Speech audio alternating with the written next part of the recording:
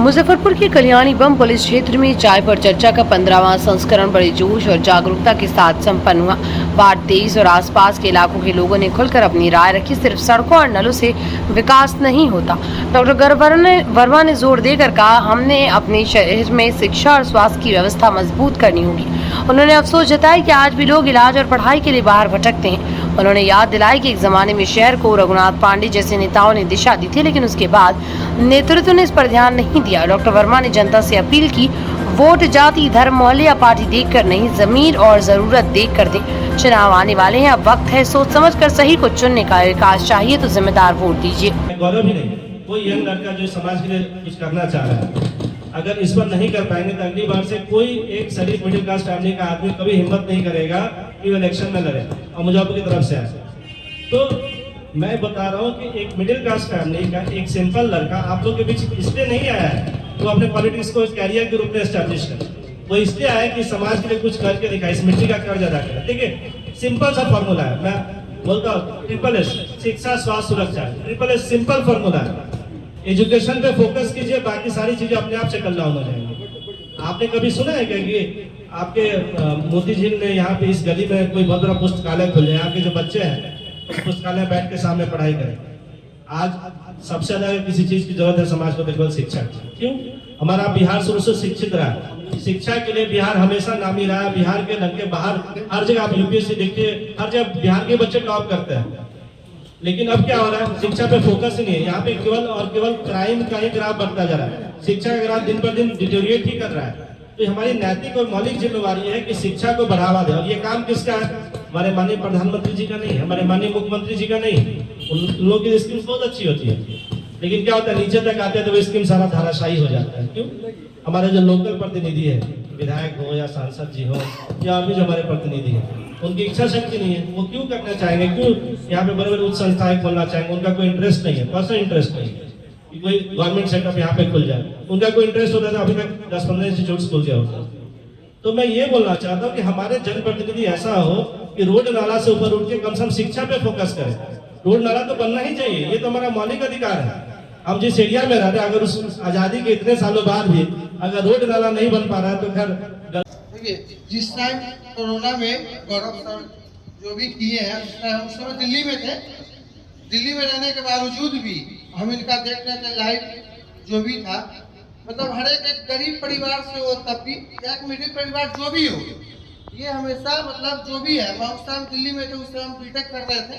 लेकिन अभी जो भी हम आके कोरोना के टाइम हम घर पे आ गए। लेकिन हाँ, गौरव सर जिस टाइम भी जो भी था, मतलब मिडिल क्लास हो, लोअर क्लास हो, मतलब अपर क्लास हो, गौरव सर या इनकी वाइफ जो भी है, हमेशा से एक मतलब मदद की तरफ पे। जो भी रात में इनका एक कॉल नंबर भी था, जो भी रात नाइट का नंबर था, जो भी कॉल करिए उस समय कॉल पे इनके पास हम भी 2-3 बार कॉल किए हैं रात में। उस समय भी उनके जो भी ये नहीं है, लेकिन इनका जो संयोजक जो भी हो, मतलब साथ देने वाले लोग आए, ये साथ लिए हैं, आसानी की नहीं दिए। हाँ, मेरे कहने का मतलब यही है, जो भी लोग हैं एक बार समझिए, एक मौका देके देखिए गौरव सर को। जो व्रत करता है वो, जो नहीं करता है वो, घर के सारे लोग उसमें इन्वॉल्व होते हैं। और उसमें जो इन्वॉल्व होते हैं तो जो पारण होता है, परना के दिन लोगों को होश नहीं होता। सब लोग दिन भर सोते हैं और शाम से अपने नित्य क्रिया में, दिनचर्या में लगते हैं। और आप लोगों को जानकारी अभी बता दें, डॉक्टर साहब छठ पूजा में दंड देते हैं और दंड देते हुए शाम में दंड देना, फिर पानी में खड़ा होना, फिर सुबह में दंड देना, पानी में खड़ा होना, माता सूर्यदेव को अर्घ्य देना, और इतना सारा काम करने के बाद फिर जाकर क्लिनिक में ऑपरेशन करना। एक नहीं, दो नहीं, पूरा 3 ऑपरेशन करना। तो ये कहने का मतलब ये नहीं है, हमारे कहने का मतलब ये है कि एनर्जी लेवल जो है इनका कितने एनर्जेटिक है, ये देखिए। ये देखने में केवल युवा नहीं है, ये कर्म से भी युवा है। इसलिए ऐसे युवाओं की जरूरत हम शहर वासियों को है। आप सारे लोग इनको मदद करिए। एक आध घटना आपको बताएंगे। कोरोना का काल था, हम लोग तो स्वास्थ्य विभाग से जुड़े हुए लोग हैं और हमारे घर में भी दुकान बंद थी और बहुत सारे लोग भाभी हैं यहाँ बैठी हुई, सब लोग देख रहे हैं कि कितने लोगों को वहाँ दवा हम लोग घर से दिए थे। और उस स्थिति में जब कोई एक दूसरे को देखने के लिए तैयार नहीं था, छूने के लिए तैयार नहीं था, उस समय डॉक्टर साहब ने पूरे शहर की सेवा की थी और इनका हॉस्पिटल सबसे पहला वैशाली हॉस्पिटल खुला था जो कोविड के मरीजों के इलाज के लिए थी। और उस कोविड के मरीज के इलाज के लिए जो इन लोगों ने किया, बहुत सारे ऐसे लोगों ने इनको फोन किया और फोन किया कि डॉक्टर साहब हमारे संबंधी जा रहे हैं आपके पास और आप उनकी मदद करिए। डॉक्टर साहब वहां इलाज के लिए सबके इलाज के लिए तत्पर थे। जब वो मरीज वापस ठीक होकर आया तो उनको कंप्लेन की, जिन्होंने पैरवी की थी उसकी कि डॉक्टर साहब के पास आप जाइए और आपका इलाज सही ढंग से होगा, उन्होंने कंप्लेन किया कि इलाज तो हमारा हो गया लेकिन डॉक्टर गौरव वर्मा तो हमको मिले ही नहीं।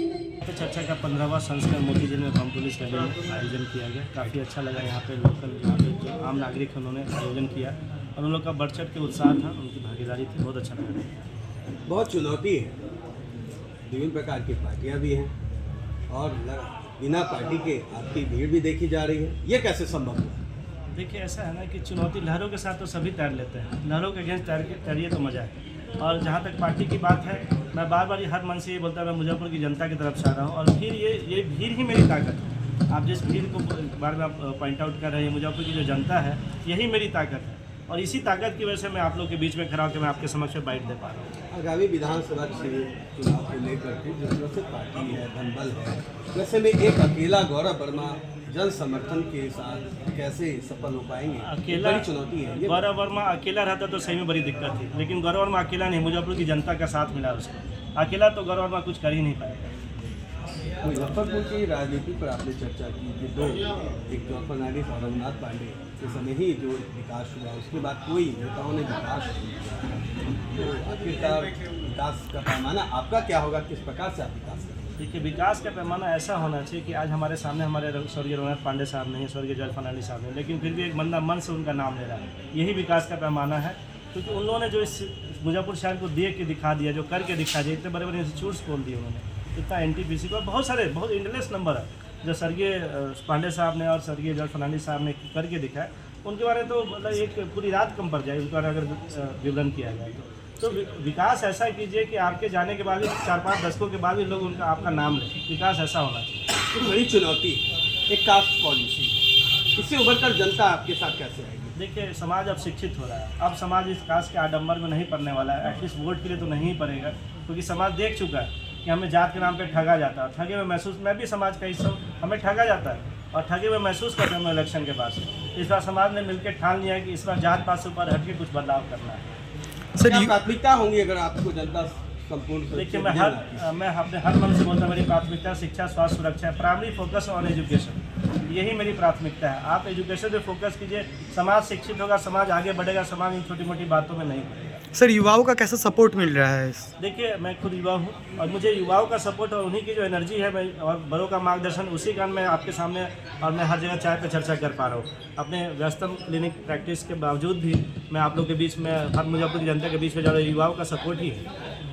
बहुत सारी बीमारियाँ हैं विधानसभा क्षेत्र में। गौरव वर्मा अकेले कोरोना काल में जिस प्रकार से एक दिए थे, क्या वो भूमिका इस बार भी होगी? देखिए गौरव वर्मा एंटीबायोटिक्स के साथ ही है और वो एंटीबायोटिक्स का नाम है मुजफ्फरपुर की जनता।